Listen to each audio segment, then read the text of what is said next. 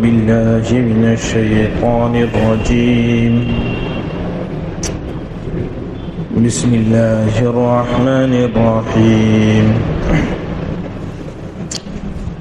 ادعوهم لآبائهم هو أقسط عند الله فإن لم تعلموا آباءهم فإخوانكم في الدين ومواليكم وليس عليكم جناح فيما أخطأتم به ولكن ما تعمدت قلوبكم وكان الله غفورا رحيما النبي أولى بالمؤمنين من أنفسهم وأزواجه أمهاتهم وأولو الأرحام بعضهم أولى ببعض في كتاب الله من المؤمنين والمهاجرين إلا أن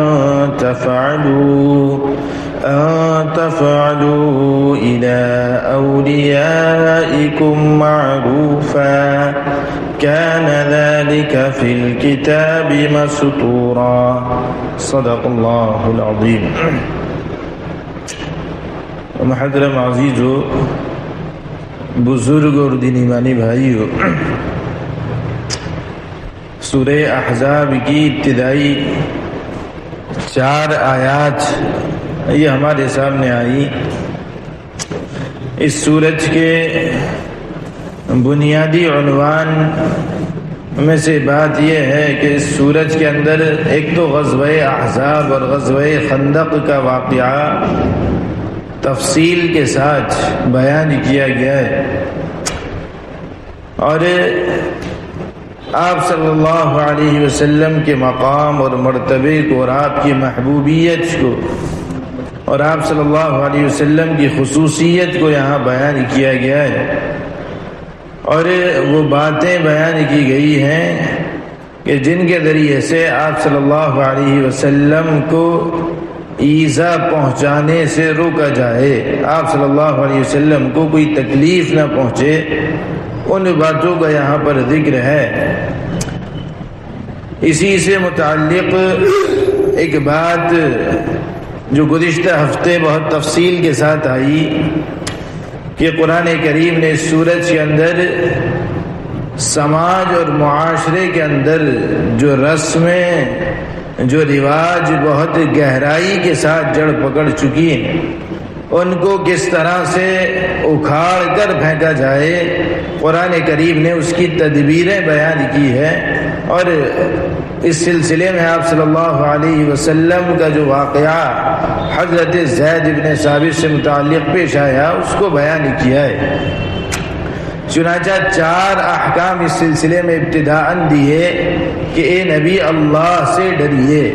پہلا حکم اللہ سے ڈرنے کا دیا کہ بندے کی اولین نیت یہ ہو کہ اس کے اندر اللہ کا خوف آئے، اللہ کا پاس و لحاظ آئے. لوگ اور معاشرہ اس سلسلے میں کیا کہے گا یہ چیز ختم ہو. آج ہمارے معاشرے کے اندر یا ہماری سوچوں پر اس بات کا غلبہ ہے کہ لوگ کیا کہیں گے.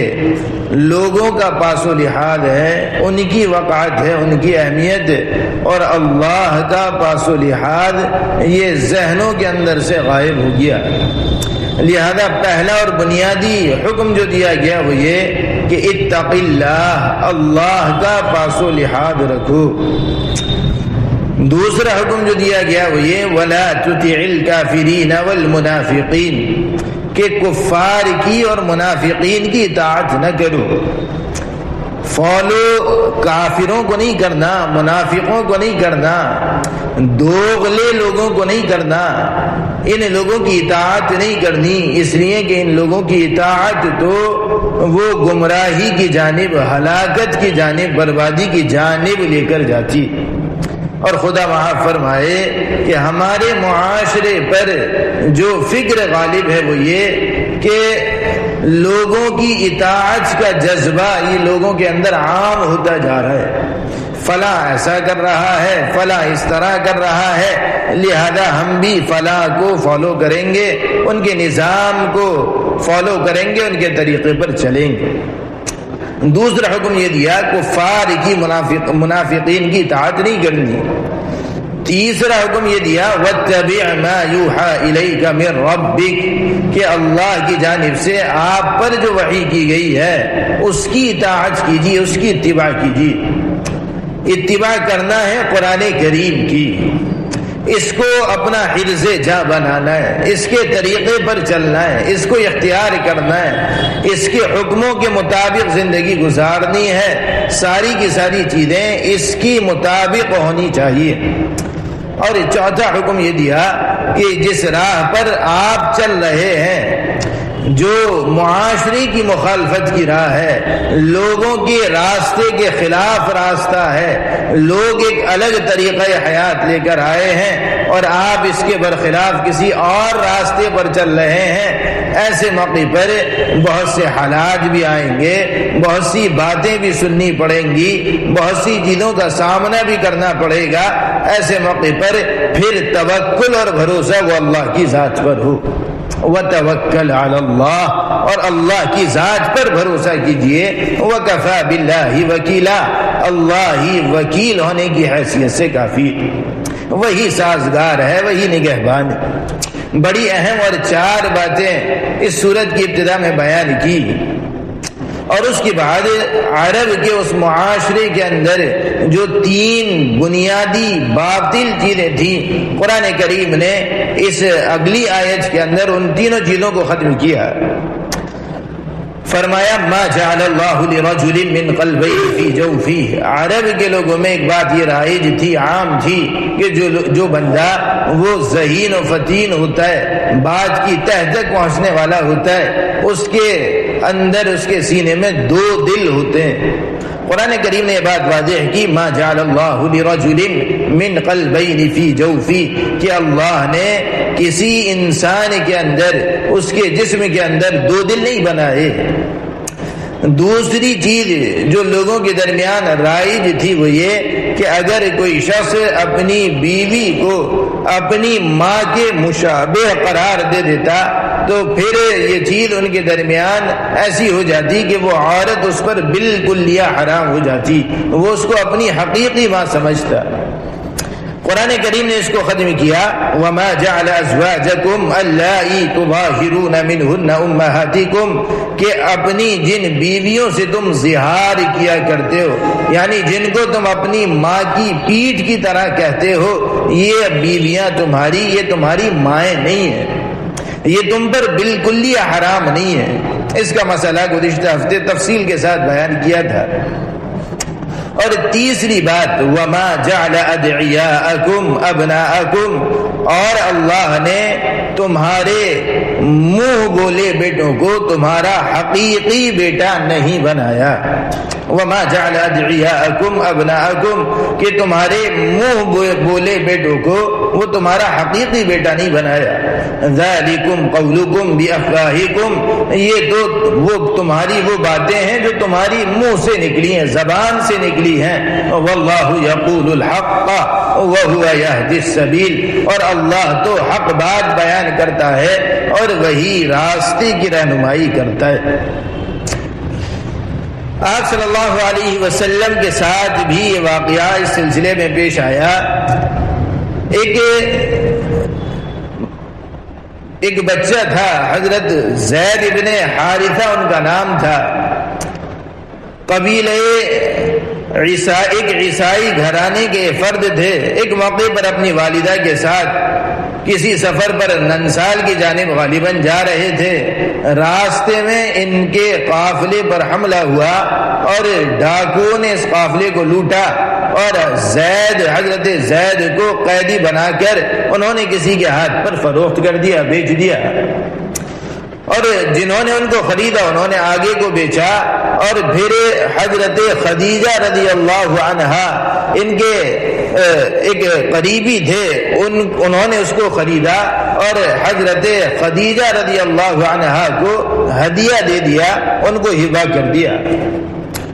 حضرت خدیجہ رضی اللہ عنہا آپ صلی اللہ علیہ وسلم کی زوجہ تھی، آپ صلی اللہ علیہ وسلم کی بیوی تھی۔ حضرت خدیجہ رضی اللہ عنہا نے حضرت زید کو آپ صلی اللہ علیہ وسلم کی نظر کر دیا، اور آپ صلی اللہ علیہ وسلم نے حضرت زید کی پرورش کی۔ نبوت سے ذرا قبل کا یہ واقعہ ہے۔ حضرت زید آپ صلی اللہ علیہ وسلم کی خدمت میں رہے، ادھر حضرت زید کے جو والد تھے، حضرت زید کے جو والد تھے وہ بڑے پریشان، اپنے اس بیٹے کے سلسلے میں بہت زیادہ غمگین فکر مند رہا کرتے۔ کسی موقع پر حج کے زمانے میں، اسلام سے قبل جب حج ہوا کرتا تھا، اس قبیلے کے کوئی قافلہ وہاں آیا ہوگا اور حضرت زید کو وہاں پر دیکھا ہوگا، واپس جا کر ان کے والد کو یہ اطلاع دی کہ آپ کا بیٹا وہ مکے کے فلاں گھرانے کے اندر، قریش کے فلاں قبیلے کے اندر وہ وہاں پر پرورش پا رہا ہے۔ جب والد نے اپنے بیٹے کی یہ خبر سنی تو اپنے بھائی کو لے کر مکے کی جانب آئے، اور بہت زیادہ کچھ ہدیے وغیرہ بھی آپ صلی اللہ علیہ وسلم کے لیے لے کر آئے، اور آپ صلی اللہ علیہ وسلم سے ملاقات کی۔ آپ سے ملاقات کر کر پہلے تو آپ کے گھرانے کی بڑی خوبیاں، بڑی تعریف بیان کی کہ آپ کا گھرانہ ایسا ہے اور مہمانوں کا اکرام کرنے والا ہے، خانہ کعبہ کا نگراں وغیرہ وغیرہ، اور پھر اپنی حاجت بھی رکھی کہ ہماری حاجت یہ ہے کہ آپ کی خدمت میں ایک بچہ پرورش پاتا ہے، زید اس کا نام ہے، میں اس کا والد ہوں اور اس کو لینے کے لیے آیا ہوں، آپ اس کو میرے حوالے کر دیجئے اور جو رقم بنتی ہو وہ رقم آپ لے لیجئے۔ آپ صلی اللہ علیہ وسلم نے جب حضرت زید کا نام سنا فرمایا کیا تمہاری اس کے سوا کوئی اور حاجت نہیں کہ تم اتنا طویل سفر طے کر کر یہاں آئے ہو، اس کے علاوہ کوئی حاجت نہیں؟ انہوں نے کہا کہ نہیں، ہم تو اسی غرض سے آئے ہیں کہ اپنے بیٹے کو آپ کے پاس سے لے جائیں۔ آپ نے فرمایا کہ ٹھیک ہے، میں زید کو بلاتا ہوں اور زید سے کہتا ہوں اگر وہ تمہارے پاس جانا چاہیں تو وہ بغیر قیمت لیے میں ان کو دینے کے لیے تیار ہوں، اور اگر وہ خود ہی نہ جانا چاہیں تو میں پھر ان پر جبر نہیں کروں گا، ان کو زبردستی آپ کے حوالے نہیں کروں گا۔ آپ صلی اللہ علیہ وسلم نے حضرت زید کو بلایا، حضرت زید آئے، آپ صلی اللہ علیہ وسلم نے فرمایا کہ ان دونوں کو جانتے ہو؟ حضرت زید نے فرمایا کہ جی ہاں، یہ میرے ابا ہیں، یہ میرے چچا ہیں، دونوں کو پہچانتا ہوں۔ آپ صلی اللہ علیہ وسلم نے فرمایا کہ یہ آپ کو لینے کے لیے آئے ہیں، تمہیں اختیار ہے، چاہو تو ان کے ساتھ چلے جاؤ اور تمہیں اختیار ہے کہ چاہو تو میرے پاس واپس رہ لو۔ ذرا سوچیے، حضرت زید ابن حارثہ کے پاس بچھڑا ہوا باپ ہے، بچھڑے ہوئے چچا ہیں، اور آپ صلی اللہ علیہ وسلم اور حضرت زید کو اختیار دیا جناب محمد رسول اللہ صلی اللہ علیہ وسلم نے کہ تمہیں اختیار ہے، چاہو تو اپنے والد کے پاس جاؤ اور چاہو تو میرے پاس رکو۔ حضرت زید بن حارثہ نے صاف انکار کر دیا کہ میں آپ کی معیت، آپ کی صحبت میں رہنے کے لیے تیار ہوں، والد کے ساتھ نہیں جاؤں گا۔ باپ کہنے لگے کہ بیٹا کیا فیصلہ لے رہے ہو، کیا کہہ رہے ہو، الفاظ پر ذرا غور کرو، الفاظ پر ذرا غور کرو کہ تم آزادی پر غلامی کو ترجیح دے رہے ہو، اپنے والد پر ایک اجنبی شخص کو ترجیح دے رہے ہو، اپنے گھر خاندان پر ایک اجنبی جگہ کو ترجیح دے رہے ہو، ذرا سوچو تو۔ کہا کہ نہیں، آپ صلی اللہ علیہ وسلم کی صحبت میں مجھے جو کچھ ملا ہے، آپ کی ذات، آپ صلی اللہ علیہ وسلم کی شخصیت مجھے تمام کائنات سے بڑھ کر محبوب ہے۔ آپ صلی اللہ علیہ وسلم نے فرمایا کہ میں نے تو اختیار دیا تھا، اب اگر زید ہی جانے کے لیے راضی نہیں تو پھر میں آپ کے حوالے نہیں کروں گا۔ اور پھر آپ صلی اللہ علیہ وسلم نے حضرت زید کا ہاتھ پکڑ کر تمام لوگوں کے سامنے جا کر یہ کہا کہ دیکھو، آج تک تو زید کو میں نے پالا تھا، پرورش کی تھی، لیکن آج کے بعد زید میرا لے پالک ہے، متبنہ ہے، میرا بیٹا ہے۔ جب والد نے یہ دیکھا کہ آپ صلی اللہ علیہ وسلم نے اپنے بیٹے کی طرح ان کو رکھا ہے تو پھر والد بھی خوشی خوشی واپس چلے گئے۔ یہ حضرت زید ابن حارثہ کا یہ واقعہ پیش آیا اور اسی وقت سے مکے کے اندر لوگوں نے حضرت زید کو زید ابن محمد کہنا شروع کر دیا. زید ابن محمد، حضرت زید ابن حارثہ کو زید ابن محمد کہا جانے لگا. عرب کا یہ رواج تھا کہ جب کوئی شخص کسی کو اپنا بیٹا بنا لیتا تو وہ اس کا حقیقی بیٹا بن جایا کرتا تھا. تاکہ آپ صلی اللہ علیہ وسلم نے مدینہ منورہ ہجرت کی اور قرآن کریم کی یہ آیات نازل ہوئی اور عرب کی اس رسم کو قرآن کریم نے بالکل توڑ دیا اور صاف فرما دیا وَمَا جَعْلَ أَدْعِيَاءَكُمْ أَبْنَاءَكُمْ کہ تمہارے جو لے پالک ہیں منہ بولے بیٹے ہیں وہ اب تمہارے حقیقی بیٹے نہیں ہیں. اس وقت آپ صلی اللہ علیہ وسلم پر جب یہ آیات نازل ہوئی تب حضرت زید ابن حارثہ رضی اللہ عنہ کو جو لوگ زید ابن محمد کہا کرتے تھے دوبارہ سے ان کا نام وہ زید ابن حارثہ کہا جانے لگا. حضرت زید ابن حارثہ کو اس کا بڑا افسوس تھا کہ میرا نام آپ صلی اللہ علیہ وسلم کے نام کے ساتھ جڑا ہوا تھا. لوگ مجھ کو زید ابن محمد کہا کرتے تھے، اب آپ صلی اللہ علیہ وسلم کی یہ نسبت مجھ سے ختم ہو گئی. اس لیے مفسرین نے یہ نقطہ بیان کیا ہے کہ قرآن کریم کی اسی صورت میں آگے حضرت زید کا نام اللہ نے قرآن کریم کے اندر بیان کیا ہے. یہ قرآن کریم میں حضرت زید ابن حارثہ کی بڑی فضیلت ہے کہ قرآن کریم میں کسی اور صحابی کا نام بیان ہی نہیں ہوا حضرت زید ابن حارثہ کے علاوہ. حضرت ابو بکر کا نام قرآن میں نہیں، حضرت عمر کا نام قرآن میں نہیں، حضرت علی حضرت عثمان کا نام قرآن میں نہیں. پیغمبروں کے علاوہ آپ صلی اللہ علیہ وسلم کے صحابہ میں تنے تنہا حضرت زید رضی اللہ عنہ کا نام قرآن کریم میں ہے. بہرحال تو قرآن کریم نے اس قدیم عرب کی اس رسم کو توڑ دیا، بالکل ختم کر دیا کہ جو بچہ اگر کوئی لے کر پالے گا تو وہ بچہ اس کا حقیقی بیٹا نہیں بنے گا.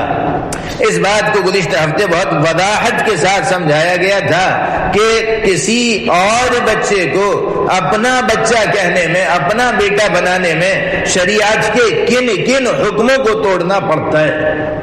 3 باتیں بنیادی طور پر ذکر کی تھی کہ یہ رسم اور یہ کہنا چاہیے غلط عادت یہ اسلام کے نظام میراث سے ٹکراتی ہے.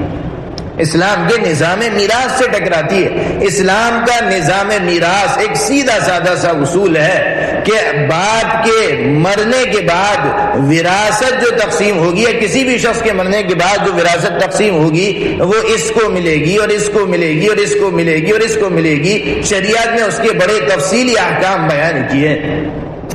اب اگر کوئی ایسا بندہ ہو کہ جو سرے سے وارث ہی نہ بنتا ہو، اگر اس کو حقیقی بیٹے کا درجہ دیا جائے تو شریعت میں اس بندے کا کوئی حصہ میراث میں تھا ہی نہیں، اور اس کو اگر میراث دی جائے تو پھر نظام میراث اسلام کا جو بڑا اہم نظام ہے وہ اس اصول سے درہم برہم ہو رہا ہے، خراب ہو رہا ہے.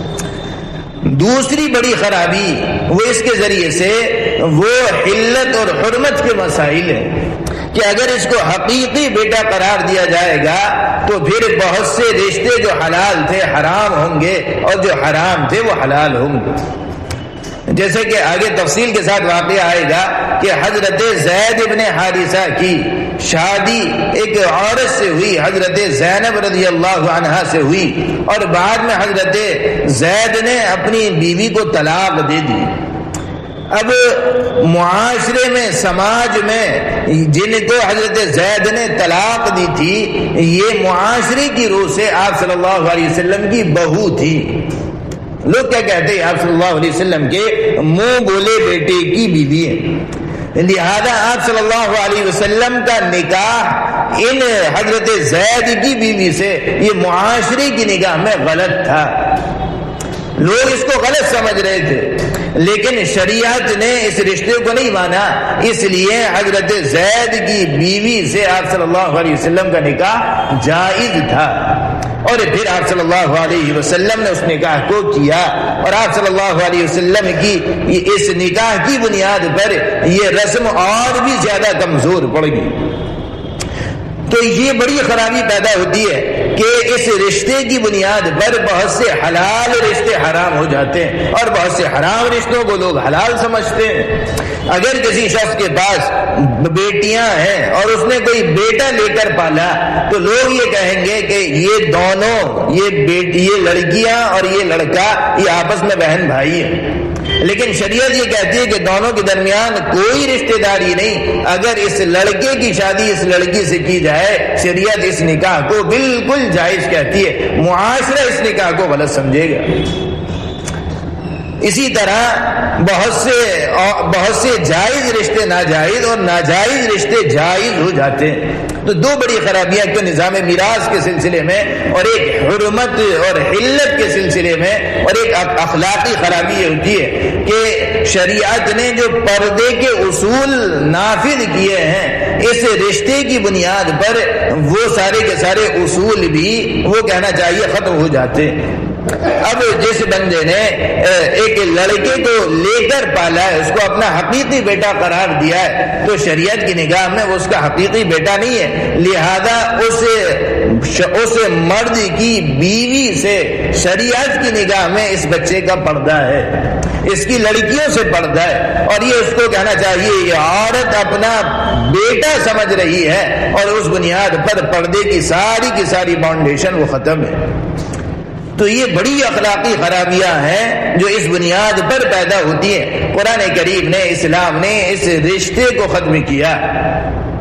اگلی آیت کے اندر رب العالمین نے فرمایا ادعوہم لآبائہم هو اقسط عند اللہ، کہ اس طرح کے جو اولاد کو تم نے پالا ہے، کسی بچے کو تم نے پالا ہے، ادعوہم لآبائہم، ان کو ان کے باپوں کے نام سے پکارو، هو اقسط عند اللہ، یہی اللہ کے نزدیک زیادہ انصاف کی بات ہے۔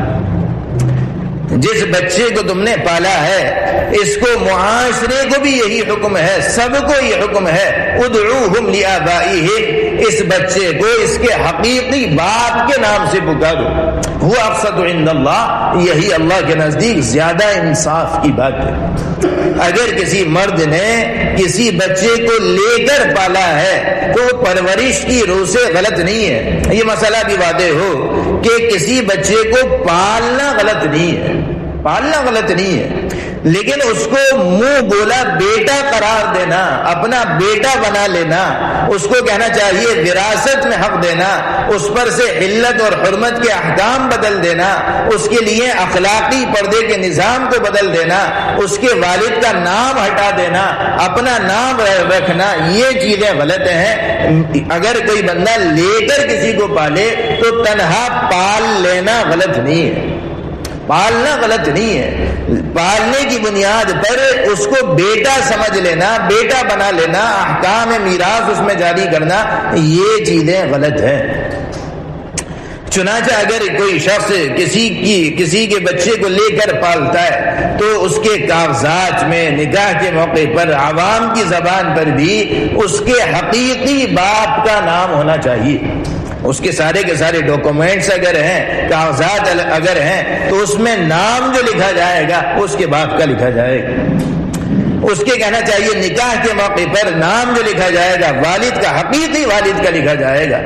عوام بھی اس کا نام اگر اس کے والد کا لے گی تو حقیقی والد کا نام لے گی، اس کے جو پرورش کر رہا ہے اس کا نام نہیں لے گی۔ آپ صلی اللہ علیہ وسلم نے حضرت زید کی پرورش کی تھی، قرآن کریم نے تمام لوگوں کو یہ حکم دیا ادعوہم لآبائہم، ان کو پکارو ان کے باپ کے نام سے، زید ابن محمد نہ کہو، زید ابن حارثہ ہی کہو، زید کے والد محمد نہیں ہیں صلی اللہ علیہ وسلم، زید کے والد تو حارثہ ہیں جو حقیقی والد ہیں۔ ادعوہم لآبائہم، ان کو پکارو ان کے والد کے نام سے، هو اقسط عند اللہ، یہی اللہ کے نزدیک زیادہ انصاف کی بات ہے۔ تو یہ مسئلہ یہاں پر واضح ہو جانا چاہیے کہ اگر کوئی شخص کسی بچے کو کسی بچی کو لے کر پالتا ہے تو تنہا پرورش میں کوئی قباحت نہیں، کوئی عیب نہیں، کوئی کسی طرح کی کوئی بات نہیں، پرورش کر سکتا ہے، لیکن پرورش کی بنیاد پر وہ اس کا والد بن جائے یہ غلط ہے، وہ اس کے والد حقیقی والد کا نام ہٹا دے یہ غلط ہے، یہ غلط چیز ہے، وہ اس کے حقیقی والد کا نام باقی رکھے گا یہ ضروری ہے۔ اسی طرح سے یہ بات بھی ذہن نشین رہنی چاہیے کہ ایک چیز ہوتی ہے کہ کسی بچے کی پرورش کرنا اور ایک مسئلہ ہوتا ہے کسی بچے کو دودھ پلانا، یہ بھی سمجھیے۔ اگر کوئی شخص کسی بچے کی پرورش کرتا ہے اور اس کی بیوی اس بچے کو دودھ پلاتی ہے تو پھر شریعت یہاں پر منہ بولا بیٹا نہیں، لیکن اس کا رضاعت یعنی دودھ شریک والا رشتہ یہ ثابت کرتی ہے، اس کے احکام جدا ہیں۔ یہ شخص پھر اس بچے کا رضاعی باپ کہلائے گا، یہ عورت پھر اس بچے کی رضاعی ماں کہلائے گی، دودھ پلانے والی ماں، اور ان کی اولاد جو حقیقی اولاد ہے وہ اسی طرح سے ان کے رضاعی یعنی دودھ شریک بہن ہوں گے اور دودھ شریک بھائی ہوں گے، یہ رشتہ دودھ شریک والا یہ نافذ ہوگا۔ اور اس بنیاد پر شریعت نے دودھ والے رشتے کے اندر وہ حلت اور حرمت رکھی ہے، یعنی یہ عورت اس کی رضاعی ماں ہے، یہ بہن ان کی رضاعی بہن ہے، یہ رضاعی بھائی ہے، ان سے پردے کے احکام جدا ہوں گے، ان سے شادی نہیں ہو سکتی۔ لیکن یہ بھی سمجھنا چاہیے کہ دودھ پلانے کی بنیاد پر یہ بچہ اس کی وراثت میں حقدار نہیں ہوگا۔ دودھ کی بنیاد پر حلت اور حرمت کے رشتے، شادی کے احکام یہ تو نافذ ہو جاتے ہیں لیکن وراثت کے احکام یہ لاگو نہیں ہوتے، وراثت کے احکام لاگو نہیں ہوتے۔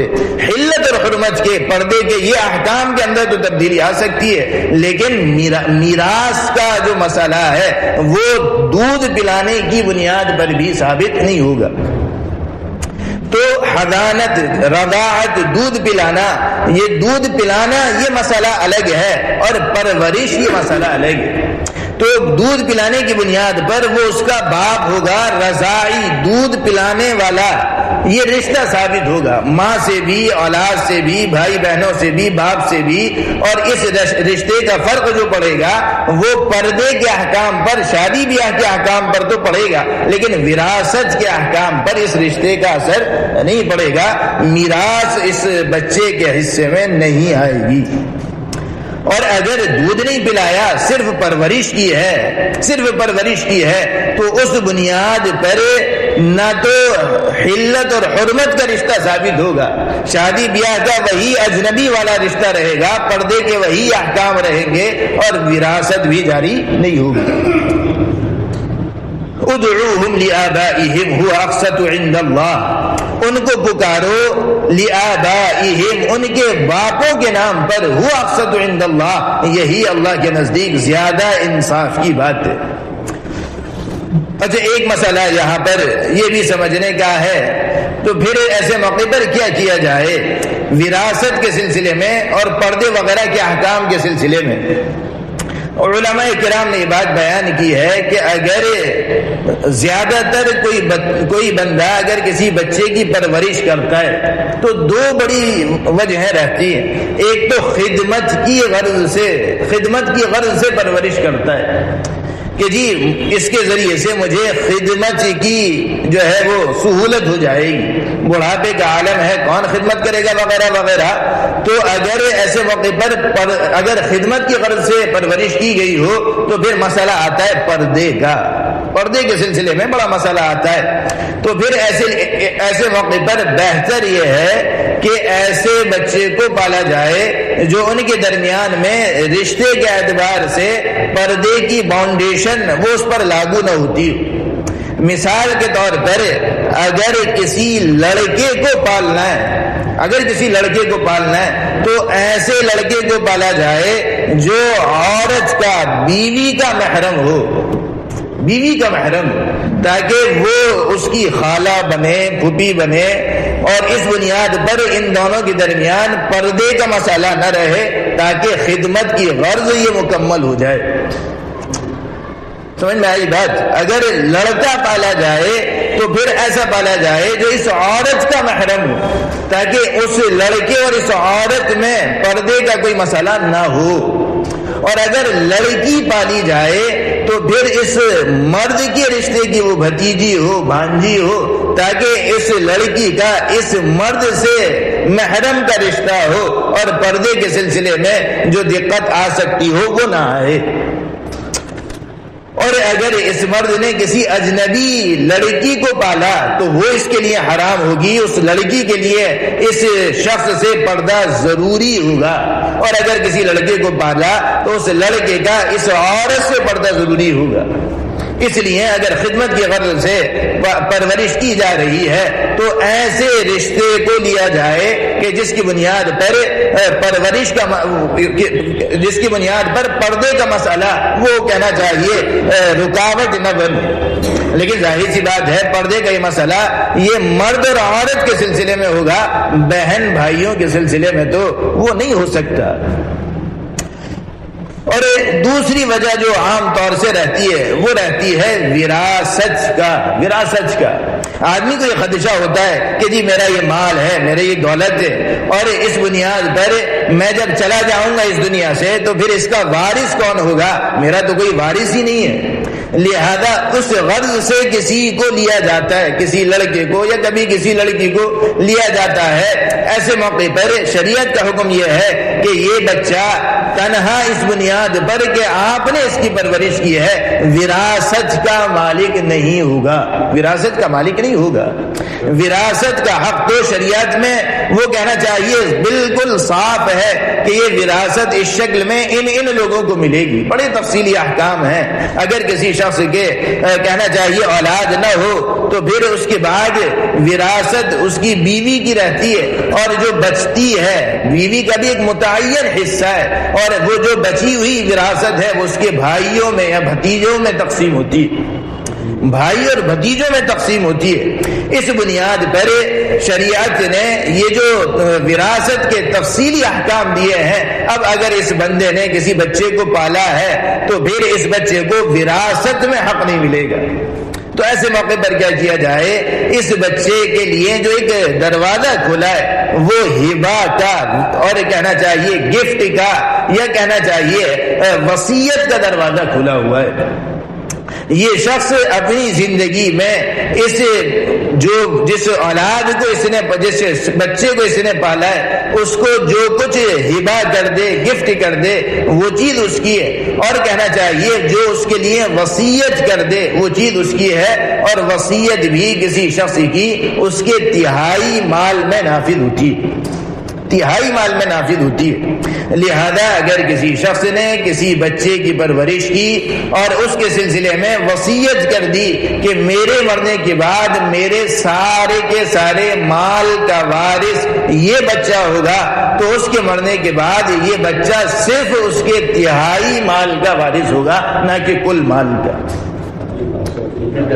وصیت، کسی بھی انسان کی وصیت اس کے مال کے تہائی حصے میں نافذ ہوتی ہے، اس کی وصیتیں کی جائے گی۔ اگر وصیت تہائی مال کے اندر ہے تو پوری کی پوری لاگو ہوگی، اور اگر تہائی مال سے باہر کی وصیت ہے تو صرف تہائی میں لاگو ہوگی، تہائی سے زائد میں لاگو ہونے کے لیے اس کے باقی وارثین کا راضی ہونا ضروری ہے۔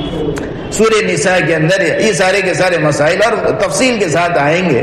اگر اس کے سارے ورثاء متفق ہیں کہ جی ہمارے جو مورث ہیں جن کی میراث ہمیں مل رہی ہے ان کی یہ وصیت ان کے تہائی مال سے زائد کی ہے، اگر وہ کہیں گے تو باقی مال کے اندر نافذ ہوگی، نہیں کہیں گے تو ایک تہائی سے باہر اس کی وصیت نہیں جائے گی۔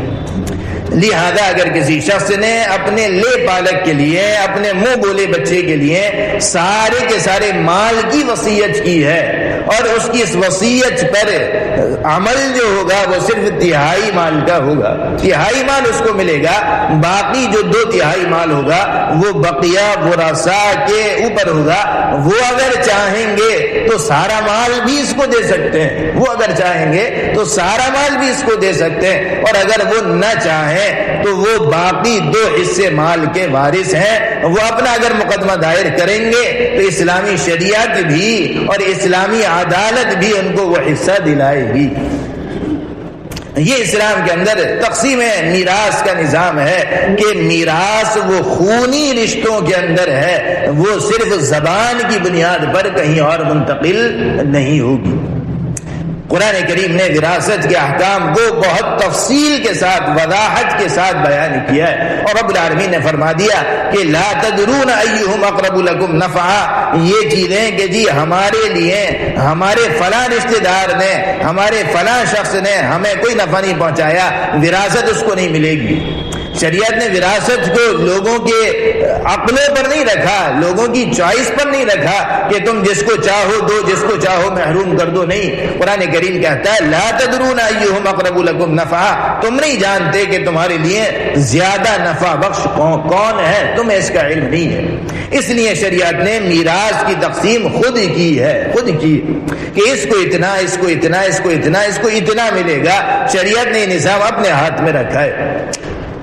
یہ منہ بولے بیٹے کے سلسلے میں کچھ کہنا چاہیے احکام تھے جن کو شریعت لاگو کرنا چاہتی ہے، اس لیے شریعت یہ نہیں کہتی کہ کسی ایسے بچے کو جس کی پرورش کسی شخص نے کی ہو وہ اس کا حق، اس کو اپنا حقیقی بیٹا بنا لے، یہ رسم غلط ہے۔ چنانچہ فرمایا ادعوہم لآبائہم، ان کو پکارو ان کے باپ کے نام سے، ہوا اقسط عند اللہ، یہی اللہ کے نزدیک زیادہ منصفانہ بات ہے۔ فَإِن لَمْ تَعْلَمُوا آبَاءَهُمْ، اگر تم کو ان کے باپ کا علم نہ ہو، فَإِخْوَانُكُمْ فِي الدِّينِ وَمَوَالِيكُمْ، تو یہ تمہارے دینی بھائی ہیں اور تمہارے رفیق ہیں، دوست ہیں۔ اگر کسی شخص کو یہ نہ معلوم کہ جس بچے کی پرورش وہ کر رہا ہے یا کسی بچے کی پرورش فلاں شخص کر رہا ہے، اگر اس کے باپ کا علم نہ ہو کہ اس کا والد حقیقی کون تھا تو کیا ہوگا؟ فرمایا فَإِخْوَانُكُمْ فِي الدِّينِ، یہ تمہارے دینی بھائی ہیں، وَمَوَالِيكُمْ، یہ تمہارے دوست ہیں، یہ تمہارے رفیق ہیں۔ کسی کے والد کا علم نہ ہونے کی بنیاد پر بھی کوئی غیر والد کسی کا والد نہیں بن جاتا۔ آپ صلی اللہ علیہ وسلم کی ایک حدیث ہے من ادعا الی غیر ابیہ وہو یعلم انہ غیر ابیہ فالجنۃ علیہ حرام، کہ جس شخص نے کسی ایسے شخص کی جانب والد ہونے کا دعویٰ کیا کہ جس کو خود علم تھا کہ یہ میرا والد نہیں ہے، آپ صلی اللہ علیہ وسلم نے فرمایا ایسے شخص پر جنت حرام ہے، ایسے شخص پر جنت حرام ہے۔ جس کو علم ہے کہ یہ میرا والد نہیں ہے، میرا والد کوئی اور شخص ہے، لیکن اس کے باوجود وہ اس کو اپنا والد کہتا ہے، آپ نے فرمایا فالجنۃ علیہ حرام، جنت ایسے شخص پر حرام۔ فرمایا فَإِن لَمْ تَعْلَمُوا آبَاءَهُمْ، اگر تمہیں ان کے والد کا علم نہیں کہ ان کے حقیقی والد کون ہیں، فَإِخْوَانُكُمْ فِي الدِّينِ، یہ تمہارے دینی بھائی ہیں، وَمَوَالِيكُمْ، اور تمہارے یہ دوست ہیں، یہ تمہارے رفیق ہیں، صرف اس بنیاد پر کہ ان کے والد کا علم نہیں، یہ تمہارے بیٹے نہیں بنیں گے۔ وَلَيْسَ عَلَيْكُمْ جُنَاحٌ فِي مَا أَخْطَأْتُمْ بِهِ وَلَكِنْ مَا تَعَمَّدَتْ قُلُوبُكُمْ۔ اب ذرا سمجھیے کہ ایک لمبے عرصے تک اہل ایمان نے حضرت زید کو زید ابن محمد کہا تھا، اور اس کے علاوہ یہ تو حضرت زید کا واقعہ، اس کے علاوہ عرب کے اندر یہ بات عام تھی۔ قرآن کریم کہتا ہے وَلَيْسَ عَلَيْكُمْ جُنَاحٌ فِي مَا أَخْطَأْتُمْ بِهِ، جو تم سے خطا ہو گئی اس پر کوئی حرج نہیں، کوئی گناہ نہیں۔ جو غلطی ہوئی اس پر تم پر کوئی حرج نہیں ہے. ولیس علیکم جناح، تم پر کوئی گناہ نہیں. فیما اخطأتم بہ، جو تم سے خطا ہو گئی، جو تم سے غلطی ہو گئی اس میں اب کوئی گناہ نہیں. ولیکن ما تعمدت قلوبکم، لیکن تمہارے دلوں نے جان کر جو کیا اس پر پکڑ ہوگی. اب تمہیں مسئلے کا علم ہو گیا، اب تمہارے سامنے حقیقت آ گئی، اب تمہارے سامنے وضاحت آ گئی. اب اس وضاحت کے بعد، اس مسئلے کے علم کے بعد اگر تم آگے گڑبڑ کرو گے، ولیکن ما تعمدت قلوبکم، اگر اب تمہارے دلوں نے گڑبڑی کی اور جان کر یہ غلطی اور خطا کی، اس پر تمہاری پکڑ ہوگی. وَكَانَ اللَّهُ غَفُورًا رَحِيمًا، اور فرمایا کہ اللہ تعالیٰ تو معاف کرنے والا، رحم کرنے والا ہے. جو غلطیاں جو پیچھے ہوئی اس پر اللہ نے ان تمام خطاؤں کو معاف کرنے والا ہے، رحم کرنے والا ہے. اور تم جو جان کر غلطی کرو اس پر پکڑ ہوگی، لیکن جان کر غلطی کرنے کے بعد بھی توبہ کر لو تو رب العالمین گناہوں کو معاف کر دے گا اور تم پر رحم کرے گا. اور رب العالمین ان اہم مسائل سے واقف ہونے کی اور اس پر عمل کرنے کی اور اس سلسلے میں کوتاہی نہ کرنے کی توفیق نصیب فرمائے.